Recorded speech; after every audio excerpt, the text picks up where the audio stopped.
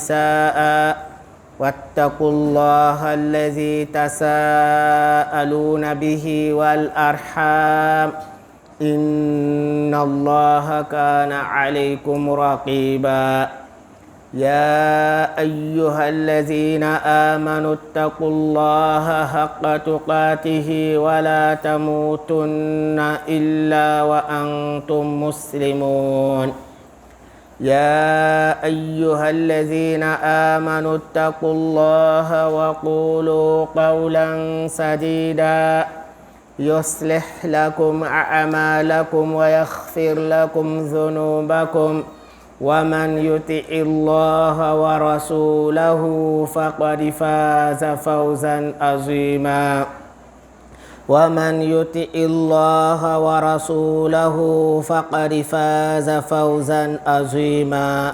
ومن يطع الله ورسوله فقد فاز فوزا عظيما معاشر الإخوان إخوة الدين والعقيدة فإن الله سبحانه وتعالى يقول في محكم تنزيله وما خلقت الجن والإنس إلا ليعبدون ثم نصلي ونسلم على سيد الخلق المبعوث رحمة للعالمين القائل حلوه ليصلي أحدكم نشاطه فإذا كسل أو فتر قعد متفق عليه اللهم صل وسلم وبارك على هذا النبي الأمي وعلى آله وأصحابه ومن والاهم بإحسان إلى يوم الدين أما كلام سنيني ألو تلا تغبرك ماي ألو تلا ميجياني ملا بولنتي ألو تلا ميكياما نما كركرلنتي كابو شيطانا ما ميكلا فرلا بونفين كابو ألو تلا كان نماما nayi ala tano ka ala utala walimano ka ala utala barkala wati chugoya kuson alhamdulillah foli ni bonya mintu kan ka ke ankara mo timna no kamarai de kaira ka fo ala utala kan dan abato le kama ala utala man dan fo kama fo ale bato adamaden jino ambe danane ayke ala utala bato bagay den ay kolo ala utala ay ke ala taala ka jonye angana ke aw yeroro bay angana fe ngare fara oka den ka ke ala taala ka jonye ka kolo ala taala ka ke bato ke bagay alhamdulillah mo chama ba kala o bato me kala ni fana angana nyagala angana wasu fana nay den fanyo son ole makalon bato be kala masaye den anu ya cheyate ala ka hinana nan ka bensemalo ni ame bato kala ayi sabu ni nana fa irela me selila ka fa irela me sundola ka fa irela me jagabola iba ka fo ibi tra ko fe bateau la ite chesiri soro ka ta nyefe mais chaque fois ni ba lona ka fo ne ala ka joyin ne kan ka ala bateau dafani mike albi maso ma folo ni ala ka joyin modo ala mako ni a bateau ke chuwa nyuma mina mo soro folo iba ka fo ibi to ala ka jonya konona na ibi to konono gbe ya konona na bateau la ibi to ala nyesranya konona na bateau la waso yere yira iba ka fo ibse ka kisi kaboma me nala utala ki la jirabi kinyina na oko iba ka wana do ile rebi reke aljine deye kataka soro kuma chama ni mi jija ibe bi shetana ka mala sali konona na de andana alabato min kama wala angan kan jija o alabato ma de ka son ala utala ka jonyama no kala wala nan sona ala utala e alhamdulillah iba ka fo ambe aljami natala ka soro anya malaka ni ala ka fasamandia na ka hine amse ko soro amisrana jahannama me ka soro anya malaka nala ka telebranchiye abse kan kisi kabo o jahannama ma amani ala tala fa ka hina na ka fasamandia ko kanye kanya barawla nya kando aljina kono ya rabbi ala mokala kan hina na ka nata kabo jahannama ma ya rabbi ala mokala ola iwa ka fo o batoro nyuma ye jumaye o batoro nyuma kan ka ke chogodi iwa hadisu abi hurairata radiyallahu anhu wati chuguya kama aba afo ni mogo mi kane ya waliyu do kele joni waliyu ala nyesranya baga joni waliyu limenia baga mingan shame ke waliyu chauffeur be ke aye commerçant be ke aye samra glana be ke aye frusren na be ke aye silamaya chinya yereka silamɛya tiɲɛ yɛrɛ kan sabu waliya faamuyana an'u bolo faamuyali cogo dɔ la ani ala mako bɛ min na n'an bɛ o ala tɔgɔ fɔ la ala kira sallallahu alayhi wa sallam ale cila ka na min fɔ an ɲɛna ani min bɛ tɛrɛn ka b'u cɛ ka jan n'o tɛ mɛngɛnisɛn bɛ k'a ye muso bɛ k'a ye den bɛ k'a ye chauffeur bɛ k'a ye n'i bɛ ka waliya dan mɔgɔ damadɔ ma ele yɛrɛ don alladhina amanu wa kanu yattaqun ka limaniya ka sɔn Alahu Taala ma ka limaniya ka kolo Alahu Taala ye ka limaniya ka ko to Alahu Taala ta la ka limaniya n'i bɛna baara fɛn fɛn kɛ komi an ye cɛkɔrɔbaw ya kitabu fɔlɔ b'a fɔ cogo min na san 30 kalan ni san 40 kalan kɔfɛ lagdaru kɔnɔ ko fɛn fɔlɔ bɛ wajibiya baliku kan k'a y'a ka limaniya laɲa ala lanaya ala kelebaganciya ale le garisɛgɛ tigi ye wali ni diɲɛ bɛɛ fara ɲɔgɔn kan k'u bɛ garisɛgɛ u tɛ se ka foyi kɛ f'Alahu Taala ka min natigɛ n ye n'u bɛɛ fara ɲɔgɔn kan k'u bɛ n faga u tɛ se k'an faga f'Ala ka min sɛbɛn n ye de o ala danaya ni o ala kanu kara k'a fɔ ne ya hɛrɛ bɛɛ bɛ Alahu Taala le bolo ne fana ya tɛnɛma bɛɛ bɛ Alahu Taala le bolo dɔ le bɛ se ka kɛ sababu ye a bɛ tɛmɛ o fɛ o limina ni k'o le kan ka laɲa fɔlɔ awwal ma yajibu ala al-mukallaf tashihu imanihi ka limina laɲa ka se k'a labɛn mɔcɛw tagamana ka taa senna Makan o tila tuguni ka u furumusow te ka taa kalankɔrɔ la mɔgɔ cɛkɔrɔba min b'o kɛ o b'a lɔ k'a fɔ nin ka di Alahu Taala ye kumakan na nin ka di Alahu Taala ye baara la k'o ye k'o to yen wa subhanallah mɔgɔ min tagama senna ka taga ka musow labila ni min kalo a bɛ n kɔnɔ o ye kɔnɔ min kalo a tɛ se k'an kɔnɔ n yafala o ma n bɛna taa kalankɔrɔ la san 80 san 40 cɛkɔrɔba b'i sigi ka denbaya labila n bɛ taa kalankɔrɔ la limina ni ala ye siranya le b'a bila la n'o ka cɛsiriba kɛ o kalankɔrɔ n'o ma lɔnni sɔrɔ a ka min ye a karamɔgɔcɛ b'o kala a ka fitini sɔrɔ a ye baara kɛ n'o le ye jalakili tɛ mɔcɛw ma u ka min la u ka baara kɛ n'o u y'a tagama ka taga heji la u ka an bamusow labilali ka taa ka sɔrɔ ka taa kalankɔrɔ cɛkɔrɔbatɔ ka sɔrɔ ka na dugu kɔnɔ walama dugu yɛrɛ bɛɛ ye fɛn ye jotigiw ni fɛn b'a kɔnɔ ale ye taa kalan kɛ ka o jotigiw kɛlɛ limaniya ni ala lɔ n'o ye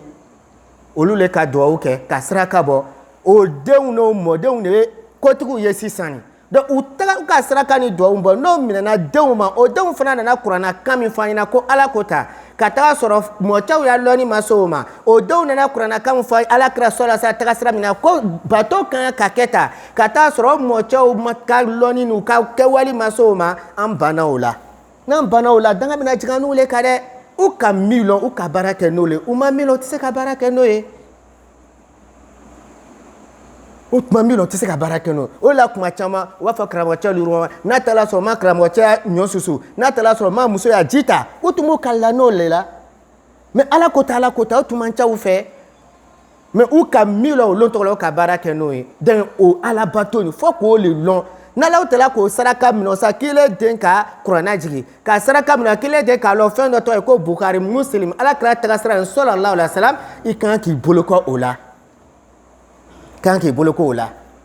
donc n'i banna o la i yɛrɛ banna i mɔcɛ y'a duwawu la i banna i mɔcɛ y'a saraka bɔli min minɛna i den ma i mɔden ma a y'a kabila ma c'est que olu le banna o la or que a tiɲɛ gbɛnnen don mɔcɛw nɔgɔ foyi t'u la u ka baara kɛ ka bɛn n'u ka lɔnni jateya n'u ka lɔnni sɔrɔ ye ka bɛn u ya wagati ma mais anw bi a gbɛlɛyala dɛ wali n'i ka den bila école la n'i ka wuya tigɛ sa n'a sigila a bɛ se k'a fɔ karamɔgɔcɛ nin ka min fɔ nin tiɲɛ tɛ parce que a sɛbɛnni tɛ yen a ka min fɔ sisan tiɲɛ lo wali n'a tagala sɔrɔ a ma da ye a bɛ lɔn français la a bɛ lɔn arabu la a bɛ lɔn anglais la a bɛ lɔn kan bɛɛ la wali n'i ka wuya tigɛ sa i bɛ taa sɔrɔ whatsapp la tiɲɛ bɛ fɔla ye donc a sela sa an ye tiɲɛ gbɛma nin an y'a ta ka kolo ala ta lo fila tɛ kelen pe nin no donc an danna o alabato le kama ko ka Alahu Taala bato ka kolo Alahu Taala ye pour que an se ka jigimafa sɔrɔ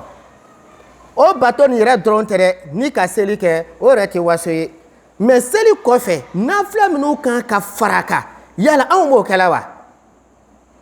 ka jija bato la nafila min kan ka kɛ ka kɔn fajiri ɲɛ min kan ka kɛ kɔn seli fana ye min kan ka kɛ seli fana kɔfɛ min kan ka kɛ lansara ɲɛ lɔ 4 fo ala kira ka duwawu sallallahu alaihi wasallam o tigilamɔgɔw ye min kan ka kɛ seli wɛrɛw kɔfɛ fana lɔ 2 bɛ yen min kan ka kɛ safo kɔfɛ est ce que anw b'o kɛla wa n'an b'a kɛla est ce que tiɲɛ yɛrɛ la a jijalen b'an bolo wa n'a tɛmɛna k'a b'an tɔɔrɔ la wa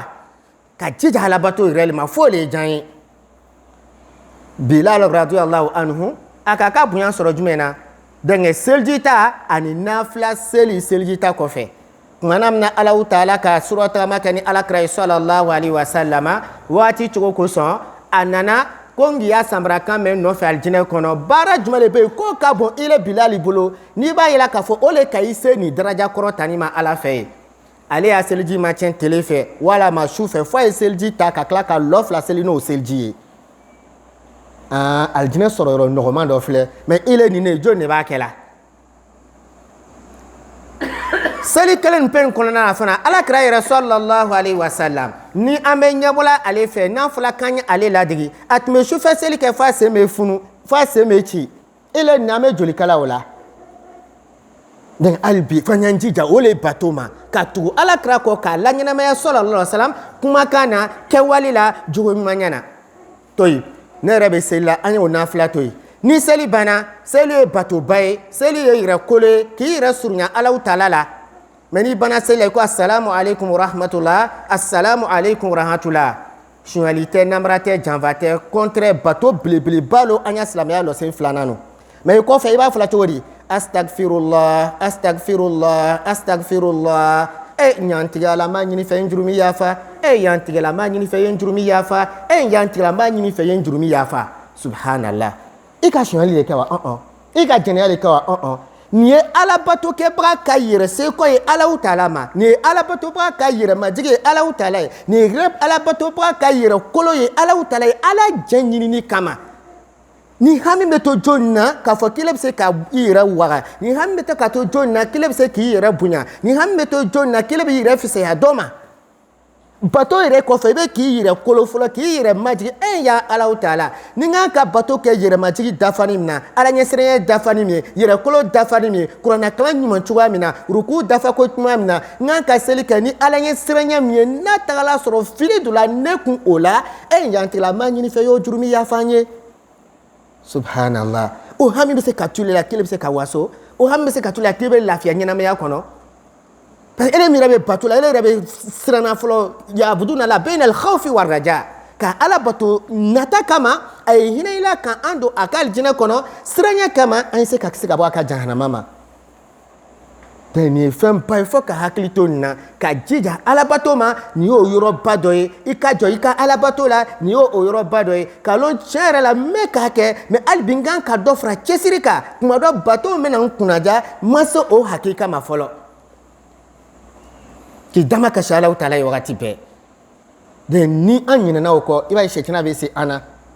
n'an ɲinɛna o kɔ i b'a ye k'a fɔ an tɛ valeur di bato ma n'an ɲinɛna o kɔ bato tɛmɛna k'a tan sɔnja n'an ɲinɛna o kɔ bato fana n'an k'a sɔrɔ a fana i b'a ye k'a fɔ an tɛ ja sɔrɔ a la nafila seli ta yɔrɔ la n'an n'u adamadenw don ko kala ka caya ten kɔrɔ ni ko baara kɛ ka bɔ sɔgɔma ka na midi la n bɛna 200 d'i ma ou bien 1000 d'i ma a tigi k'a kɛ fɔ 17 heures ka dan 1000 ma i bɛ nisɔndiya ko cɛ in ye mɔgɔ ɲuman ye dɛ mais silamɛya kɔnɔ a tɛ ten ni cɛsirila bato la a ye kɛ cogoya la a ka di Alahu taala ye cogoya min na a ye kɛ cogoya la a fɔla ko k'a kɛ cogoya min na n'o ye Alakira ladegeli ye sallallahu alayhi wa sallam o de la an ya risalatigi b'a fɔ aw kɛlen k'a fɔ a ye silamɛ ye o tɛ aw nafa f'a ye kɛ baarakɛbaga ye an ye silamɛ ye baarakɛbaga ye alhamdulillah o sartu sɔrɔla an bɛɛ lajɛlen na mais fɛn fila de bɛna an bɔ a sartu kɔnɔ a ye sartu fila laban a sartu fila laban ye jumɛn ye o le ye ka baara kɛrɛkɛrɛ Alahu taala kama yɛrɛ yira kana k'a la tɔgɔ ɲini kana k'a la a jala o kana kɛ a kɛla bɛɛ ye o kana kɛ fo a tun ye kɛta o kana k'a la o lajarabi bɛ burulan nɔfɛ a jala dɛ mɔgɔ kila tɛ dɛ ale bɛ to k'o le kɛ n'o kila tɛ kɔrɔ yɛrɛ yira joli baara ya baara tiɲɛna laban min sisan ni wali ni baara jala ile ye cogo cogo labuda min mutaba'a ka tugu Alakira nɔfɛ sallallahu alayhi wa sallam an ye silamɛ ye baarakɛla ye alhamdulillah an tɛmɛna étape kan kɔnɔnɔgbɛya baara kɔnɔna na o défaut bɛ an na an y'an jija k'o furakɛ ka Alakira fana ladege sallallahu alayhi wa sallam o baara fana kɔnɔna na f'an y'o le fana kɔlɔsi i m'a ye Alakira sallallahu alayhi wa sallam groupe dɔ farala ɲɔgɔn kan ka taa Alakira furumusow ɲininka a ka bato bɛ kɛla cogo di olu kɔnɔ a y'a fɛnw u ka bɛɛ lajɛlen ɲɛf'u ɲɛna a kɛla komi u dɔgɔyala olu tigilamɔgɔw ɲɛkɔrɔ olu ko Alakira sallallahu alayhi wa sallam alhamdulillah ale ye ciden ye kelen ko ne bɛ su bɛɛ kɛ seli la n tɛ sunɔgɔ tuguni kelen ko ne bɛ tele bɛɛ sun don n tɛ lon bila tuguni kelen ko ne yɛrɛ tɛ furu kɛ n'a tagala sɔrɔ ko baara ɲuman bɛ kɛla n'u ye tan an bɛ nisɔndiya mais alakira sallallahu alayhi wa sallam nana min kɛ o fɔla ɲɛna min kɛ a ka jama fara jamakulu jumɛn de ko ta jumɛn ko ta ne ye mɔgɔ ye n bɛ su dɔ sunɔgɔ n bɛ su dɔ seli sabu su bɛɛ selili i ya tile baara bɛ tiɲɛ su bɛɛ selili fo mɔgɔ de sɔrɔ tile balo i bɛna dɛn mɔgɔ la de ile de b'a filɛ sisan n bɛ se ka n sufɛ seli kɛ kɛcogoya jumɛn na n'a tɛ n ka balo ɲini tiɲɛ alakira sallallahu alaihi wa sallam a ka su kunfɔlɔ kɛ wagati dɔ a ka su cɛmancɛ kɛ wagati dɔ a su laban a fatula ka to o le kan n'o min nɔgɔyara ile ma i jija kana tɔn sufɛ seli taga k'i to i seko damayira kɛ o la n bɛ wagati dɔ sun n bɛ wagati dɔ bila dɔ nana k'ale bɛ se ka sun don ka caya a ko i ye tile kelen sun f'a nana laban kɛ i ye tile kelen sun i ye tile kelen bila a ko hali bi fanga bɛ na n bɛ se ka sun don ka tɛmɛ a ko nin de ye frontière dan ye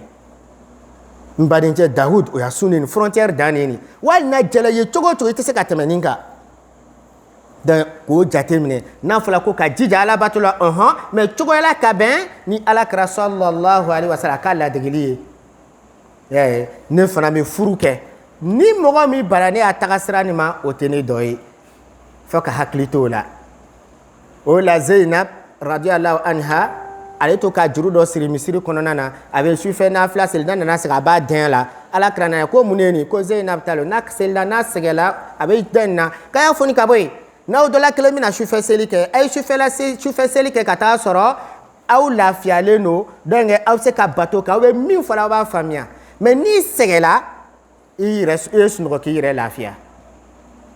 donc silamɛya bɛ tale a bɛ kɛcogoya ɲuman na mais o tɛ se ka sɔrɔ fo ka lɔnni kɛ o tɛ se ka sɔrɔ fo ka kalan kɛ donc o kalan nin mɔgɔ tɛ kɔrɔbaya ma mɔgɔ tɛ kolon ma donc cɛ ni muso an fa cɛ mɔcɛ bɛɛ lajɛlen kan k'o kalan kɛ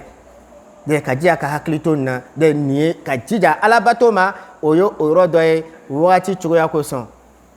donc n'o fana bɔra yen sun alhamdulilayi sun ye batoba de ye mais sun daminɛ a b'a fɔ cogo di man sama ramadana imanan limaniya bolo ma Alahu Taala ma ka limaniya sun ka jɛn ni sun faridayali ye i limaniya Ala ma i fana jɛnna ni sun faridali ye imanu bila wa ridan bi fardiyati sawm caman bɛ sun dɔ la u ma jɛn ni sun faridayali ye o la ni sunkalo bɛna tigɛ i kɔrɔ ala natɔ filɛ nin ye sa sɛgɛ kalo sɔnja kalo dusukasi kalo dépense kalo n'o b'i kunna tigɛ i kɔrɔ i don cogo ma ɲa sunkalo kɔnɔna na imanan billah wa ridan bi fardiyati sawm ka tila ka jɛn ni sun faridayali ye n'an facɛ tagala hiji la n'a bɛ na an bɛ nisɔndiya k'a kunbɛn cogoya min na i ya kɔɲɔmuso bɛ na i bɛ nisɔndiya k'a kunbɛn cogoya min na o fana bɛ nisɔndiya min ye n bɛ don la kɔɲɔbɔ kɔnɔ o fana ye nisɔndiya tele k'a lɔn ko Alahu Taala ka sun min faridaya kɛ ale de bɛ nana ka nisɔndiya k'a kunbɛn ten wa ihtisaba ka tila k'a don baraji ɲini bolo ma ko ni mɔgɔ min k'o kɛ ghufira lahu ma taqaddama min dhanbi yafa bɛ kɛ o tigilamɔgɔ ye a juru min minnu tɛmɛna alhamdulillah mais o n'a ta bɛɛ lajɛlen na sun tigɛ kuma na i ka sun ŋɛɲɛ siri sun dɔ la ka ɲa i ma dumuni kɛ i ma ji min wali n'a sɔrɔ i bɛ itikafu la misiri kɔnɔna na ka bɔ kuranakalan na ka na alakofɔ la ka bɔ alakofɔ la ka taa kuranakalan na k'i la ka sunɔgɔ k'i yɛrɛ lafiya ni sun tigɛ wagati sera don zahaba zama'u milɔgɔ tagala wabtala uruku farikolo lafiyala fasaw magayala wa sabata ajuru insha Allah baraji fana sabatila ni Alahu Taala ka jɛn ye ni ci saba bɛɛ kɔfɛ n bɛ ka nin fɔ kunbɛn kosɔn k'an ka na waso n'an ka bato ye hali bi an ye jɔ a la ni cɛsiri ba nin bɛɛ kɔfɛ ka nisɔndiya ka sunkalo kunbɛn ka sunkalo kɛ hɛrɛ kalo ye ka kɛ jigimafa kalo ye ka kɛ kunadiya kalo ye ka kɛ garisɛgɛ kalo ye ka kɛ ɲɛ bɛna sun nin don fo jurumi fɛn fɛn bɛ na o bɛɛ se k'a yafa o sun tigɛ kuma na ele dama kasi kan filɛ Alahu Taala ye ni hami bɛ to e la cogo di ka nisɔndiya to e la cogo di k'a fɔ k'ile bɛ se ka nisɔndiya k'i yɛrɛ bila alijinɛ kɔnɔ ka saliya ta ka to kɔfɛ alabato la o tɛ se ka na cogo si n'o le banna i bɛ tɛnɛn sun don ka alamisa sun don n'a tagala sɔrɔ fili min tora n y'a sun na Alahu Taala ye hinɛna ka n y'a tɛnɛn sun ni alamisa sun minɛ ka se k'olu dilan et puis sunkalo ye karamɔgɔ ɲuman de ye parce que kuma dɔ bɛ sigi gɛrɛn dɔ la ni ka sun dɔ to i kɔrɔ ko n tɛ taa gɛrɛn na parce que kuma ɲuman tɛ fɔla ye wagati bɛɛ hakili m'a bolo sunkalo ka ɲi dɛ ani sunkalo kɔfɛ ka to ka sun dɔ sɔn ni ka sun dɔ lo minɛ i b'a ye i b'a fɔ ne man kan ka kuma nin fɔ ne man kan ka filɛ ni sugu nin kɛ a bɛ leçon di hakilima ma aha ja ne tun ɲinana sunkalo tun nana to ka fɛn minnu kɛ haramu ye sunkalo banna min kɛ n tun segila o haramu filɛliw ma ka taa o haramu gɛrɛnw na ka taa o manamanakanw lamɛn k'o misigikanw lamɛn k'aw nafolo ɲini kojuguya la lo min na ni ka sun n bɛ sun na n man ka foli kɛ ta n bɛ sun na n man ka nin lamɛn n bɛ sun na n man ka sigi gɛrɛn nin na n bɛ sun na n kan ka n kɔ don siraba ma n man ka ɲɛsin siraba ma sabu mɔgɔ tɛmɛta ni mɔgɔ segintɔ n kana kɔrɔfɔli kɛ n kana fɛn dɔ filɛ n ɲɛ man kan ka min filɛ ka jija alabato ma ijtihadu fil ibada ka cɛsiri alabato la farida kɛni kɔfɛ ni nafila fana i b'a to ka leçon d'i ma ele y'a kɔlɔsiba wali n'a sɔrɔ sundo ka gɛlɛn i ma lo min na i bɛna sun don i b'a ye i bɛ to k'i yɛrɛ contrôler i y'a kumakan na i b'i yɛrɛ contrôler i y'a filɛli cogo la i b'i yɛrɛ contrôler i y'a nafolo ɲini cogo la i b'i yɛrɛ contrôler i y'a bɛna min kɛ ka sun tigɛ i b'i yɛrɛ jate minɛ kuranakalan na seli waati matarafali la donc an y'an jija an se ka layiru to ani sun cɛ a nafa ka bon kosɛbɛ kosɛbɛ n'o kɛla an bɛ jigimafa sɔrɔ n'o kɛla an bɛ bonya sɔrɔ alhamdulillah ele bɛ y'a nafolo ɲini maɲumako bolo ma ka sɛgɛ kɛ ka ɲini Allahu Taala bɛ hinɛ i la n'o nafolo nana se jagabɔ ma Allahu Taala fana bɛ a kɛ tuguni ko k'o jagabɔ n'o jagabɔla i b'a ye k'a fɔ ka siɲana kɛ a kama tuma dɔ n'a y'a sɔrɔ mobilitigi lo ni mobili bɔla i sigi a dɔ la n'a ma don mobilitigi tɛ sunɔgɔ n'a fila pinɛ cila tɛ i kɔrɔ olu sunɔgɔ tiɲɛna maɲumako la ten ni foro sɛnɛna sanji bɛna na wa o maɲumako n'o fɛn bɛɛ kɔfɛ n'i bɛ bagan labalo la fana o n'a cogo n'o nana se jagabɔ ma de ko ka jaga minɛ o ka nafolo la tutahhiruhum i b'u laseniya wa tuzakihim ka tila tutahhiruhum min dhunubihim wa tutahhiru a'malahum comme tafsirkɛla dɔw k'a fɔ cogo min na i b'u laseniya ka bɔ u ya jurumin na ka tila k'u ya baaraw fana laɲa wasalli alayhim inna salawataka sakanun lahum ne ka maɲumako ban bɛɛ ka o fantan cɛ ni fantan muso min ma ne dɛmɛ u ma bɔ foyi kalama u b'u ya sunɔgɔ duman na n bɛ si ɲana na u b'u lanen bɛ u ya lu kɔnɔ n bɛ bori la n bɛ wɔsi la o jaga tani k'a di olu ma k'olu ye duwawu kɛ ne ye tiɲɛ lo a dila alakira ma sallallahu alaihi wasallam min k'a di alakira ma ile to olu bɔ alakira sallallahu alaihi wasallam ale k'a minɛ k'a di minnu ma ne fana to olu bɔ mais o n'a ta bɛ k'a yira ile nabi ile min bɛna di ne ma ne tɛ olu bɔ ile to olu bɔ ko mais i bɛ jɔ la ne fantan cɛ min na ou bien ne fantan muso min na ko ka duwawu k'i ye sabu ne y'a duwawu k'i ye o de ye hakilisigi ye ile ma o de ye mafandiya ye ile ma an bɔ ne ya cɛya nin ka wari nin bɛɛ fara ɲɔgɔn kan ne bolo ja ne tɛ cɛ ye ja ala ka hinɛ na la ala ka bɛnsenma lo o de la alakira sallallahu alaihi wasallam jadikɛyɔrɔ dɔ la a y'i kanto sahabaw ma o bɛ yen k'an filɛ yan nin an ma don wosi kɔnɔ an ma yɛrɛ kurusi kunna f'a ka taga sɔrɔ mɔgɔ dɔw bɛ dugu kɔnɔ yen olu faralen don an ka baraji la jumɛn kosɔn u ŋɛniya kosɔn sabu u k'a laɲini Alahu Taala m'a nɔgɔya u ye yɔrɔ dɔ la o i sigi aw bɛ gaɲɛ sɔrɔ la ani ɲɛtaga sɔrɔ la n'a ma kɛ n'aw fantanw n'aw dɛsɛbagatɔw y'a duwawu ye wa ja fantan dɛsɛbagatɔ minnu bɛ lu kɔnɔ n'olu bɛ dɛmɛna n'olu bɛ sutura la olu ka duwawu de bɛ minɛna mɔgɔ minnu bɛ bori la mɔgɔ minnu bɛ biro kɔnɔ mɔgɔ minnu bɛ foro kɔnɔ mɔgɔ minnu bɛ baganamɔ na ja o de bɛ minɛna olu ma ala b'o kɛra sutura ni bonya ye olu ma n'i ka mɛn a kɛra saraka minɛ i ka saraka de bɔ kɛ donc an hakili to olu la an kan ka ɲina olu kɔ donc olu y'a duwawu fɛn belebeleba lo donc wagati cogo kosɔn alhamdulillah n'an tagala heji kɛ ko ni mɔgɔ min ka heji kɛ ni heji minɛna laysa alhajjul mabrur laysa lahu jaza illa aljanna mais n'an bɔla yen don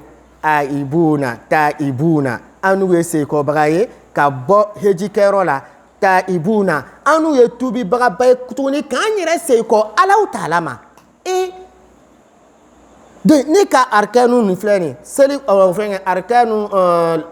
arkanul islam a bɛɛ jɔnya bɛ a bɛɛ lajɛlen farida nin bɛɛ lajɛlen kɔfɛ ka yɛrɛ kolo ka yɛrɛ kɛ jɔn ye Alahu Taala ye k'a fɔ n taara ye jila kɛ f'a ye fɔ n ma laji a kala ta ne contre i bɛ jɔrɔ le ka hami ka ne tagala sɛtana bɔ yan fɛ sɛtana kana na yɛlɛ ne ma ne ko n tɛ sɛtana fɛ yan fɛ n kana na baara kɛ min bɛna don sɛtanaya tɔn na ne ka kɔ dɔ sɛtana ma yan fɛ n kana na ɲɛsin sɛtana ma ne tɛ sɛtana ban sɛtana ye ka na sɛtana kɛ jatigicɛ ye n y'a lu kɔnɔ n y'a misiri kɔnɔ n y'a kititigɛyɔrɔ la walama n y'a kabila kɔnɔ o de la ko i yɛrɛ kɛ mɔgɔ majigilen ye k'i yɛrɛ kolo Alahu Taala ye ka jija alabato ma